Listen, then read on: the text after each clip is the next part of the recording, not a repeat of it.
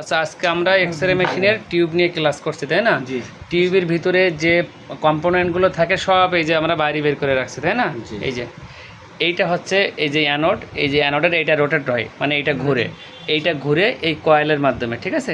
Electromagnetic force বা field তৈরি হয়, যার ফলে এখানে কি নর্থ পোল সাউথ পোল তৈরি হয়, মোটর ঘুরতে থাকে এখানে। এই যে এইটা তিনটা তার, এখন এই তিনটা তারের ভিতরে একটা রেজিস্ট্যান্স কাজ করে, ঠিক আছে? সেই রেজিস্ট্যান্সটা কমানোর সঙ্গে একবার 30 ওহম উঠবে আর একবার 60 ওহম উঠবে। যদি এইটা উঠে থাকে তাহলে ভালো, আর যদি 30 ওহমের জায়গায় যদি 10 ওহম বা 5 ওহম ওঠে, 60 ওহমের জায়গায় যদি 10 ওহম বা 5 ওহম ওঠে, তাহলে বুঝবো যে কয়েল পুড়ে কয়েলের বার্নিশ খেয়ে গিয়ে একসঙ্গে হয়ে গেছে, জন্য রেজিস্ট্যান্স কম দেখাচ্ছে, কয়েল নষ্ট। অথবা দুইটা বা তিনটা তারের সঙ্গে কোনো সম্পর্কও যদি না থাকে তবুও কয়েল নষ্ট, ঠিক আছে? আর অ্যানোডটা হচ্ছে মেন ভোল্টেজটা এখানে হিট করে অ্যানোডের, ঠিক আছে? আর এখানে আছে এই যে ক্যাথোডের সাইডটা, আমরা তো টিউব তো ভেঙে দেখছি, তাই না? এই যে এখানে এই ক্যাথোড প্রান্তে কী থাকে? ক্যাথোড প্রান্তে থাকে ফিলামেন্ট এবং ক্যাথোড লাইন, তাই না? ক্যাথোড লাইন এই বডির গায়ে থাকে, এবং এই যে দুইটা ফিলামেন্ট, একটা লার্জ ফোকাস আর একটা স্মল ফোকাস। আমাদের এক্সরে মেশিন যখন আমরা ইসের থেকে 0 থেকে বা 40 এম থেকে 200 এমের ভিতরে থাকে, তখন আমাদের কি স্মল ফোকাস অন হয়ে থাকে। যখন 200 এমে আমরা ওভার করে ফেলি, যখন আমরা 200 এমে ওভার করে ফেলি, তখন কি অটোমেটিকলি ফোকাস চেঞ্জ হয়, তখন লার্জ শিফট হয়ে লার্জ ফোকাসে যায়, এই যে লার্জ ফোকাস, এই ফোকাসে চলে যায়, তখন এইভাবে হচ্ছে ফোকাস চেঞ্জ হয়। আর এখানে এই যে টিউব খোলার পরে এই যে গ্যাসকেটগুলো আছে, তারপরে এই যে সাপোর্টিং যে ওয়ারিংগুলো আছে, এইগুলো যদি দুর্বল হয়ে যায় বা টাইট ফিটিং যদি ঠিকভাবে না দেয়, তখন অয়েল লিক করে। অথবা নর্মাল অবস্থায় যদি অয়েল লিক করে থাকে, বুঝবো যে হয়তো এই গ্যাসকেটের বেশি বয়স হয়ে গেছে, ইলাস্টিসিটি কমে গেছে, অতিরিক্ত শক্ত হয়ে ভেঙে গেছে, তেল লিক করতেছে। অথবা ফিটিং যদি কোনো ইঞ্জিনিয়ার ভালো না করে থাকে, সেভাবে ইয়ে করতে পারে। আর অবশ্যই আমরা টিউব খুলে নতুন করে লাগানোর সময় কিছু কিছু সাইডে আমরা দেখব সিসার যে প্রলেপ দেওয়া আছে, শিট দেওয়া আছে, অবশ্যই সেইগুলো দিব, না হলে কি রেডিয়েশনটা বাইরে চলে আসবে, টিউবের নির্দিষ্ট জায়গার বাইরে দিয়ে আসতে পারে। এত নির্দিষ্ট জায়গা আছে যে এখান থেকে কি রেডিয়েশনটা বের হয়, কিন্তু দেখা যায় সাইড দিয়েও বের হতে পারে। কারণ আমার এই সাইডে দেওয়া আছে কি এরকম একটা নর্মাল একটা কি গ্যাসকেট, যাতে অয়েলটা লিক হতে না পারে।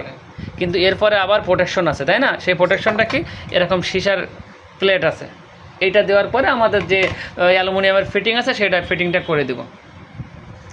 আর এই যে আমাদের যে অ্যানোড রোটেটিং যে কয়েল, এই কয়েলের 3টা লাইন ওঠে কোথায়?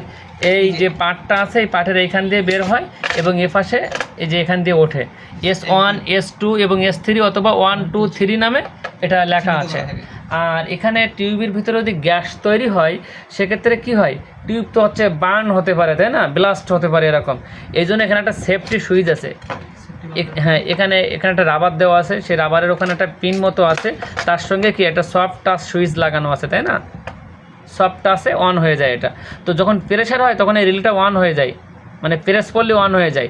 তখন কি এই অন হওয়ার সঙ্গে সঙ্গে এটা কি ওপেন হয়ে যায় গেট, আর নর্মালি ক্লোজ পজিশনে থাকে। এইভাবে টিউবকে সেফটি দেয় ওভার প্রেসার থেকে অথবা ব্লাস্ট হওয়া থেকে, ঠিক আছে? এটা মিটার দিয়ে পরীক্ষা করলে কি শর্ট উঠবে নর্মাল অবস্থায়, আর অ্যাব নর্মাল হয়ে গেলে ওটা হচ্ছে ওপেন অবস্থায় থাকবে। দেখেন, এটা আমরা পরীক্ষা করে দেখছি তো। জি জি, ঠিক আছে। আর এই যে ফিলামেন্ট, এই ক্যাথোড প্রান্তের সঙ্গে যুক্ত থাকে ফিলামেন্ট। এই যে ক্যাথোড প্রান্ত, এই ক্যাথোড প্রান্তের সঙ্গে যুক্ত থাকে ফিলামেন্ট। হ্যাঁ, এই ফিলামেন্ট। এখন এই ক্যাথোড প্রান্তের ভিতরে কি আছে? 3টা পয়েন্ট আছে। আমি যদি ভালোভাবে দেখাই,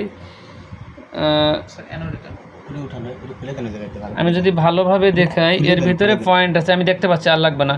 এই 3টা পয়েন্ট আছে, এই 3টা পয়েন্টের একটা কমান ধরে আর 2টার সাপেক্ষে কি বারজার দিয়ে বিপ দিবে। কারণ এই কয়েল যদি ভালো থাকে, লার্জ ফোকাস আর স্মল ফোকাস যদি ভালো থাকে, তাহলে বিপ দেবে। আর বিপ দিলে আমরা বুঝবো যে এটা ঠিক আছে, ফিলামেন্ট সাইড ঠিক আছে, তাই না? ফিলামেন্ট ভালো আছে। অ্যানোড আর ক্যাথোডের ভিতরে সম্পর্ক থাকবে, এটা সহজে কাটবে না। কাটবে কি? ফিলামেন্ট কাটবে, স্মল ফোকাস লার্জ ফোকাস কাটতে পারে। আর এই যে অ্যানোড রোটেশন যে কয়েল পার্টটা, এই কয়েল হচ্ছে নষ্ট হতে পারে, এইগুলো কাটার ভয়, ঠিক আছে? আর টিউব কিন্তু ক্যারি করার সময় যদি ধাক্কা পায়, তাহলে গ্লাস ভেঙে যেতে পারে, ঠিক আছে? আর আমরা এক্সরে মেশিনে যখন হচ্ছে কাজ করব, বা একটা অনেক দিন পরে আছে যে মেশিন, ওটা অন করব, তখন আমরা যে কাজটা করব, আমরা মেশিনটা আগে খুলবো, তার কন্ট্রোল বক্স খুলবো, সব কিছু ফাংশন, যেখানে জেনারেটর থাকলে জেনারেটর হাই ফ্রিকোয়েন্সি খুলবো, খুলে দেখবো কোথাও ড্যামেজ আছে কিনা।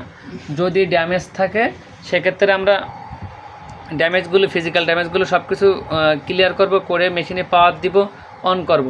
আমরা এবার এক্সপোজ করবো না, শুধুমাত্র প্রথমে এক্সপোজ করব, করে টিউবের কাছে চলে যাব। টিউবের ভিতরে এরকম একটা শব্দ আসে কিনা, এই যে অ্যানোড রোটেশনের শব্দ আছে কিনা। যেহেতু আমি ফার্স্ট এক্সপোজ করছি, ফার্স্ট এক্সপোজ করার সঙ্গে সঙ্গে টিউবের অ্যানোড ঘুরতে থাকবে, এবং হচ্ছে কি এই যে ফিলামেন্ট যে পরিমাণ নর্মাল অবস্থায় জ্বলে সেটা বুস্ট হয়ে ডাবলভাবে জ্বলবে, ঠিক আছে।